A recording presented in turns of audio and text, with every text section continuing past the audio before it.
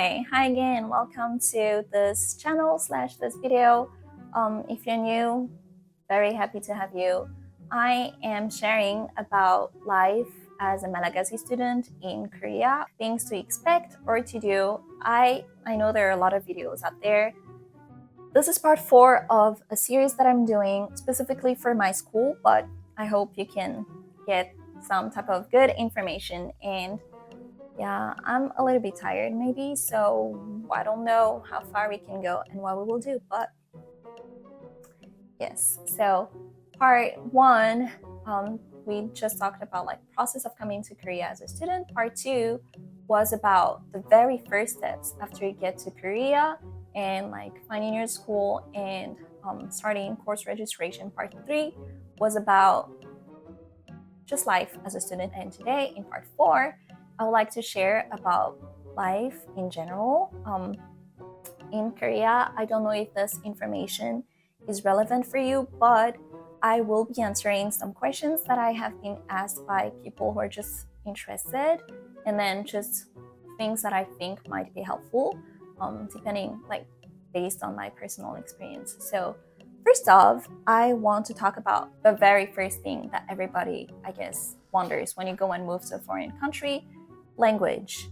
With English, you can honestly get by in Korea, especially if you're closer to Seoul. But at the same time, some Korean people have a fear of English. Some older people just do not speak English.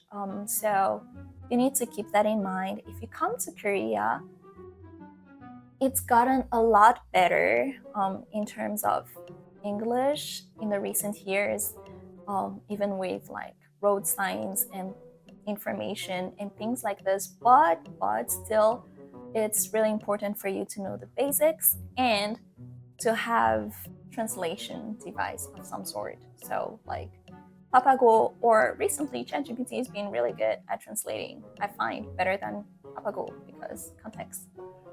But yes, you will need that at least. But other than that, you can communicate pretty well. From my brother's experience, I guess when you come to a new country and you don't know the language, you can feel kind of frozen, and it's very difficult to do the most basic things when you feel like, oh no, I do not speak Korean, so I can't do this, I can't do that. But most people will be really helpful, even if they do not necessarily speak English. And again, please use your phone, try. Yeah, so English can get you by, but better speak some Korean to some extent. And then making friends, also people can be curious about this. In grad school, I think it's a lot harder to make Korean friends. It depends.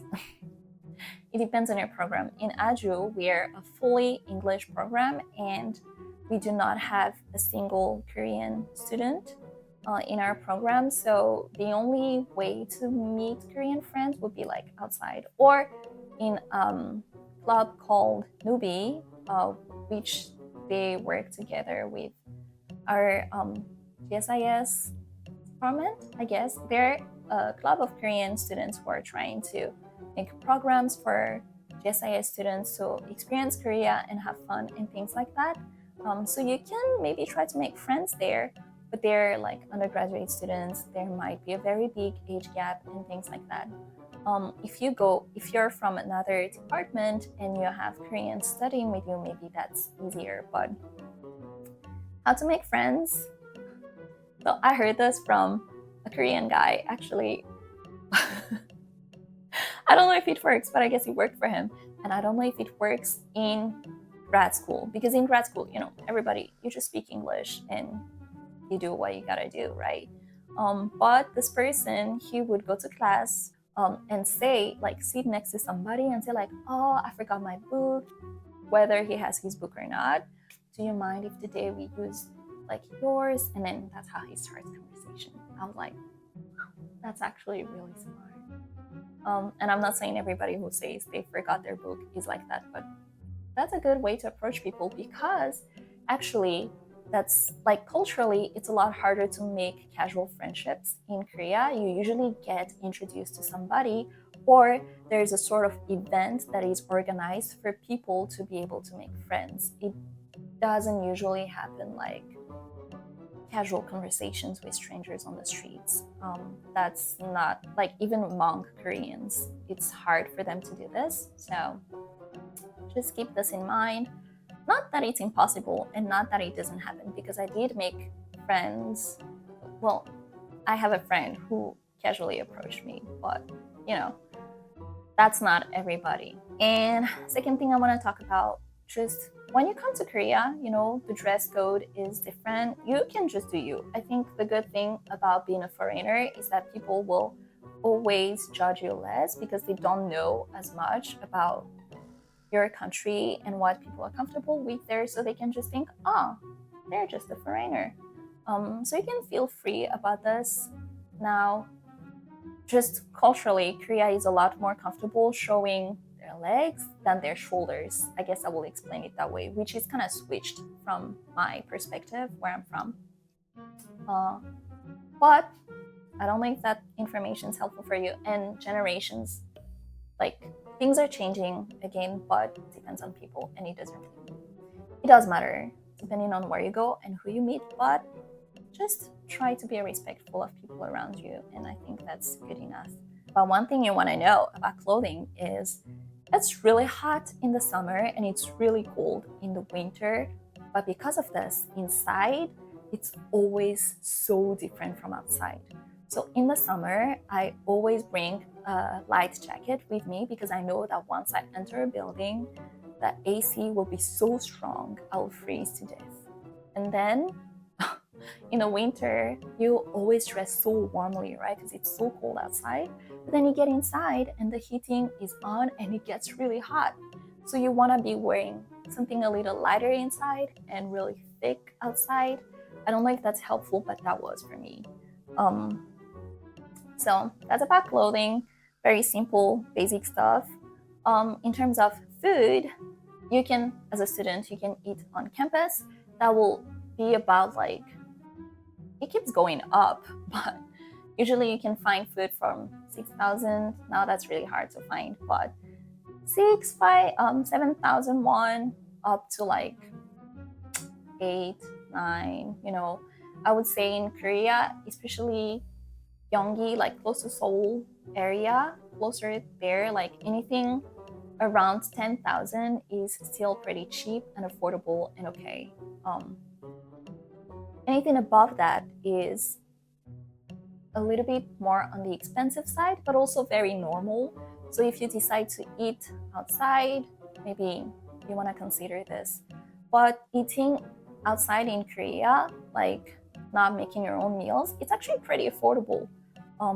So versus like if I was in Madagascar, I don't know how often we even eat out. But in Korea, that actually happens very often. We just go off campus or whatever, and it's really not that expensive. It depends on where you're from, though. But if you start thinking from Ariad, you're not gonna eat anything. You're not gonna do anything. So just consider how things are in Korea, and of course within your budget restriction. But yeah, so eating outside is pretty simple. One thing that you may want to know is that not necessarily eating, but cafes and some eating places too, like McDonald's or these places, fast food. You have to take, after you eat, you have to put your tray away. So even in the cafeteria, there will always be a place where you return your tray, a place where you pick up your food, and a place where you return it. And when you go to cafes, sometimes they will clean up after you, like you can just leave your stuff there. That's less common now.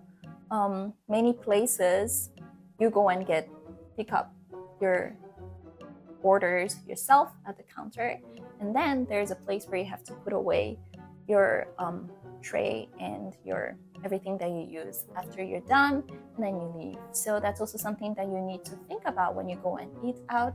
Sometimes most times they have like a machine where you can get your orders. Sometimes they don't. Then you have to go and get an order at the counter. So always try to figure out how things happen wherever you go and whenever you eat outside.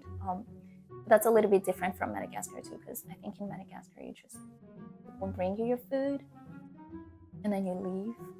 So yeah.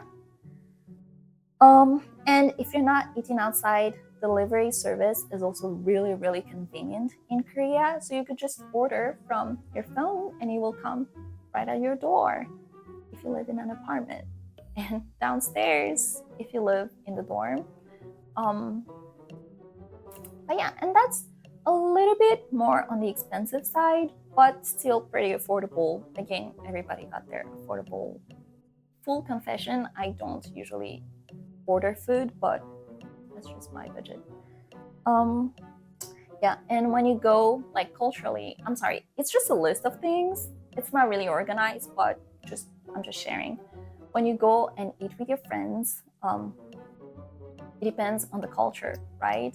First thing first, in Korea, it's a lot less common to invite people over to your house. People would rather meet outside, which is very different from Madagascar culture.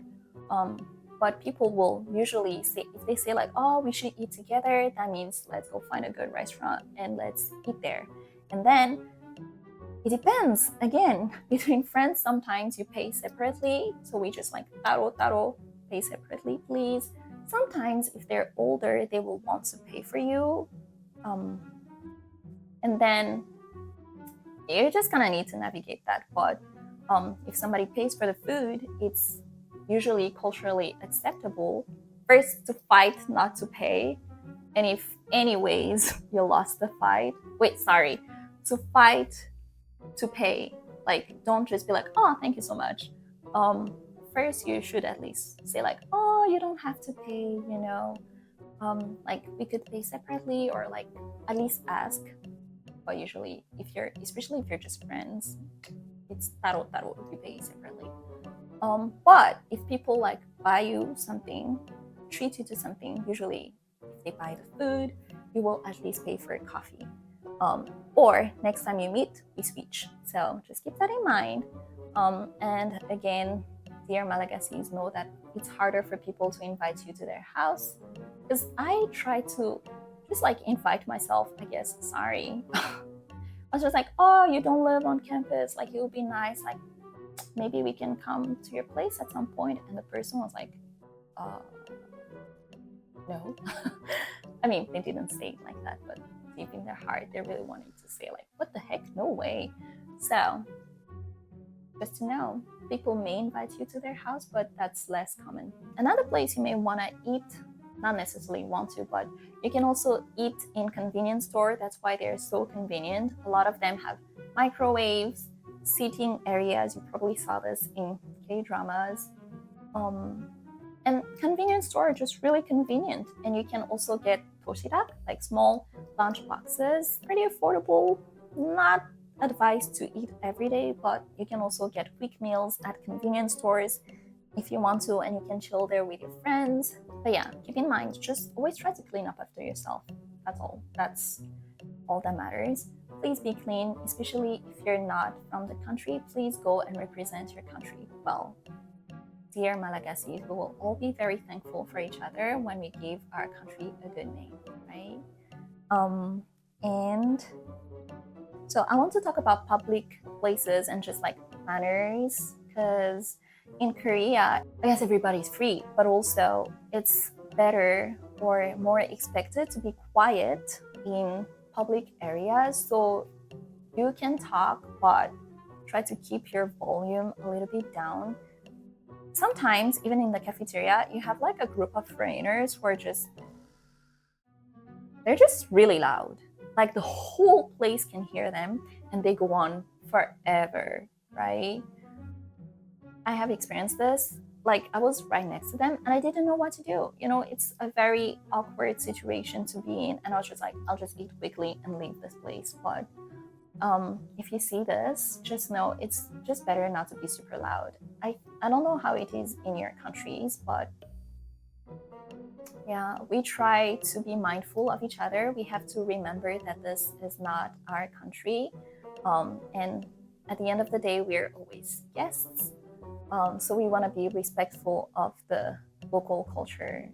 Again, not to say that you can never talk, and that yes, there are also Koreans sometimes who are louder on like subways or buses, but that's not as often, and also technically it's their place, so Koreans will deal with Koreans. But as a foreigner yourself, just be mindful of that. If you don't know what to do, when in Rome, do as the Romans do. So always try to see what local people are doing and just kind of follow that. It will save you a lot of trouble, I would say. And talking about that, when you're in public transportation, again, it's better to keep your volume level down. Especially because you may not know this, but when you speak in a different language, it can sound a lot louder to people of another language who are around. So that's also one thing.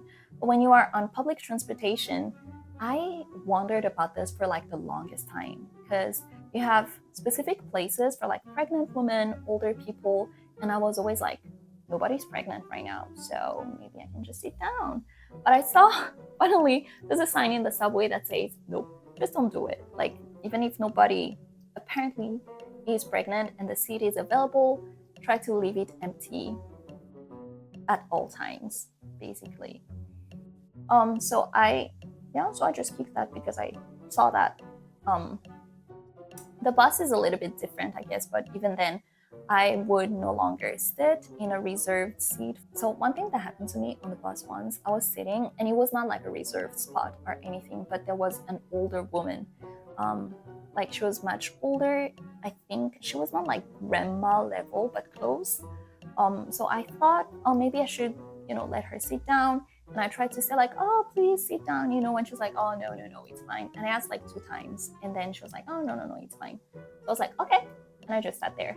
And then some other guy pulled her after me, I guess. He was like, oh, please sit down. And he asked 3 times, and she's like, okay, thank you, son, I guess. And I was like, but I don't know. I think I should have asked 3 times. Or I don't know. But one thing to know is not everybody who seems older than you, like if it's not a reserved seat, I have heard this from someone, they can be offended if you tell them to sit down and they're not even that old. So yeah, I don't know how to navigate this. That's why my rule is always this: if the locals didn't do anything, then I'm just like, I'm so sorry, I'm just gonna act like I don't see what I see right now, unless they look really, really old. In that case, you can give them your spot, I think. One thing that I like about Korea is also like transportation. Still on this topic, you can go home really late here and it's okay. It's pretty safe. That's something I would never ever do home, like back home. Number one, I would never be walking by myself after 6 p.m. But in Korea, I would. But people do tell me it's still dangerous at night. I don't know what to say about this. I haven't personally experienced anything like really dangerous, but there are bad people everywhere. That's true too. But yeah, you can go home even pretty late. It's okay. And buses, you always have to check when your last bus is, but usually they run until like close to midnight or past midnight at times. So yeah. But if you go, like, say, because I don't live in Seoul, but I often have to go to Seoul. So if I go from Seoul to home, I always have to think, okay, it's gonna take this much time. And the last bus that leaves from Seoul, say, is at like 1 a.m. But once I reach my destination, the last bus that goes from the station area to my house won't be running anymore. Then, you have to figure this out. So use your Korean apps well, please. That will be very helpful for you. And we talked about convenience store earlier, but I forgot to mention this. Somebody asked me about like, how do I choose products, like hygiene products here in Korea, and like, I guess, basic living stuff. Honestly, I get almost everything from Daiso because my skin is not that sensitive. Nothing about me is that sensitive. Heart, mind, soul, whatever. Yeah, so I just do whatever. I don't even, for the longest time, I didn't even know what my shampoo brand was, and I still don't know. My brother just brought it for me from home because I have curly hair, and in Korea, they don't really have products for natural curly hair, and I am still, to this day, trying to figure out what will work best for me. But usually, people just get stuff online. So I would recommend that for now. And if you're coming from Madagascar, rather than bringing clothes, I say if you have curly hair, bring those products with you. Yeah, just my thoughts. But other than like that, for like makeup and all these other things, you have Olive Young and every other store in Korea that provides girly stuff that also I know nothing about. I am so sorry. I don't know. And like I said, girls, I guess maybe things are changing now, but we're pretty confident, I guess. So we can go out without anything on our face most of the time. So I have never really cared to learn. I want to. Now I am right now, but I think it's a lot of work and I'm still not willing. So, but yeah, you have a lot of places where you can ask your Korean friends or other international friends who are more interested in this beauty related stuff to help you choose the products that work. But one thing that someone specifically asked me was about like pads and how to choose because, different from different people. Yeah, there are a lot of different brands here and you can find them in every convenience store. Sometimes in the bathrooms, they even have like pad distributor. You can pay with coins. I think this is really helpful. But I can recommend what my friend said was a really good brand. But I don't use something specific. Also, I just get whatever I see usually. But yeah, I haven't had any problems regarding that. And I don't know anyone who has. So thank you so much. I'm such a bit. Bye bye. Take care. See you next time. Bye.